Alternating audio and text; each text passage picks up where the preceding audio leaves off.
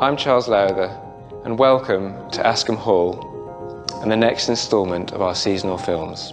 Each month we're exploring elements of this wonderful living estate, 1,000 years in the making. Our people, our landscape, our farms and our wild spaces, and how these elements influence the food, the wine and the welcome here at the Ascam Collection.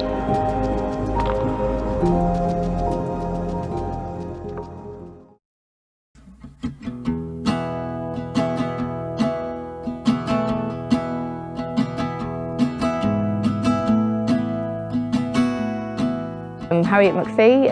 I farm at Meaburn Hall with my husband and my son Rory, who's 2.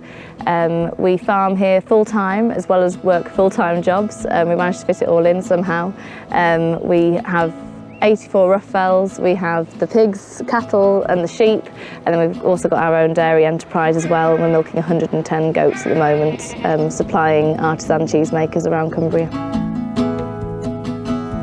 I've worked for Charlie since I was 16, I think. You'd have to confirm that. I think I was 16 when I first started working for Charlie at the Georgian Dragon, so I've known him all of my life, really, all my working life. I'm not from a farming background. My grandparents were farmers. My grandfather was the youngest tenant of a Lowther estate farm at the age of 21. He farmed at Widworth Mill, had dairy cows and had a dairy milk round around Ascam and Helton.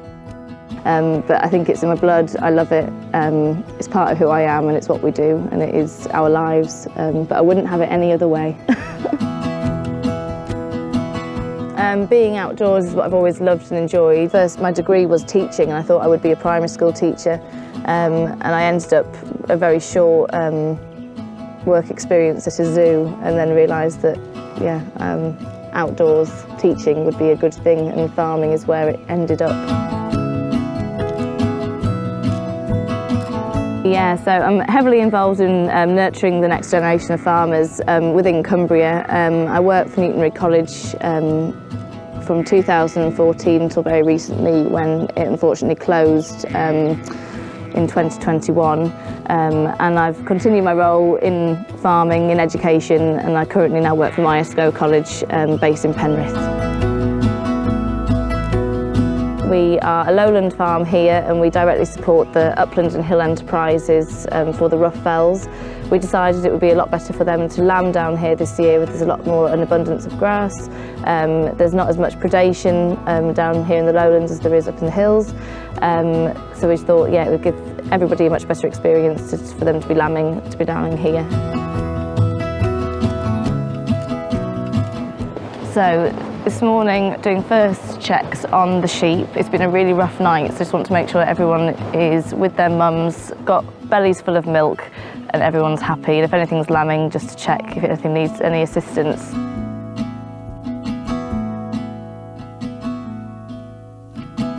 So this little lamb looks like it's lost. It could be one of the triplets, which is here. So I think just doesn't look very happy, so I'm just going to, I'll catch that and just have a feel and maybe give it a bit of a bottle. She says. So yeah, that definitely is Mum because she's telling me off. Like I say, it's been a horrible night, but actually, just looking a bit sorry for itself. It might just be a very new lamb. So I'll just check it over. So yeah, umbilical cord still quite fresh, so it's probably just quite a new lamb. He might have been born just before the storm came last night. So Mum's definitely wanting it back, so we'll just let her go to Mum.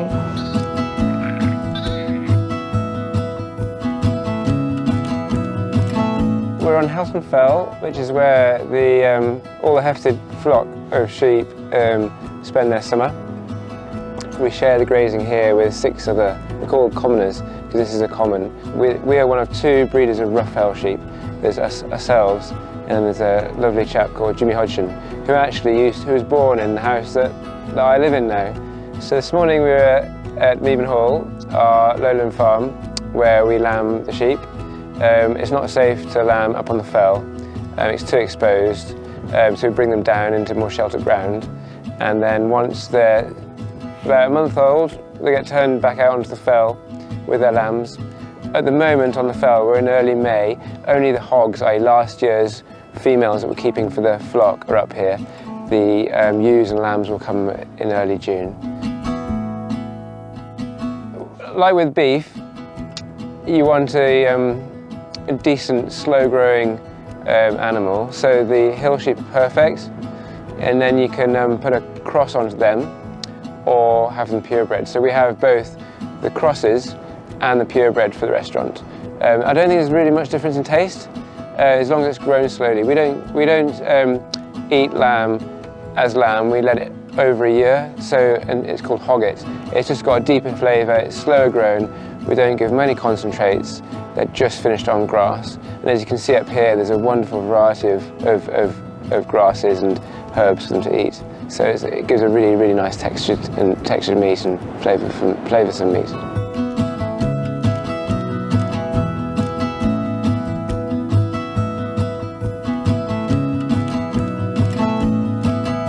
So today we've got Charlie's rough fell lamb, and we're going to be pairing that with some perennial kale.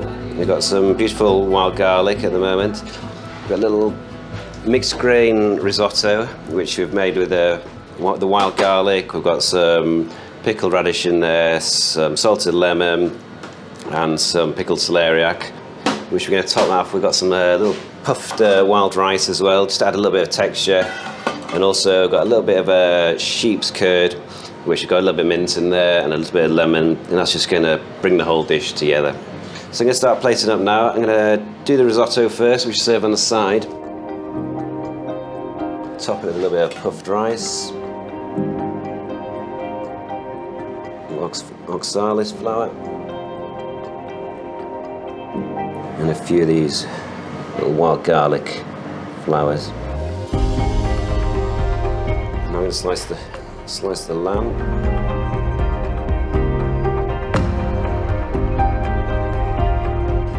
Seasoning.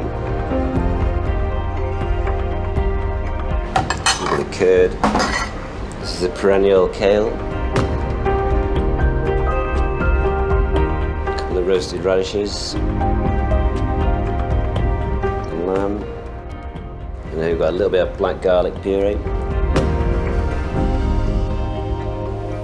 Sturgeon leaf.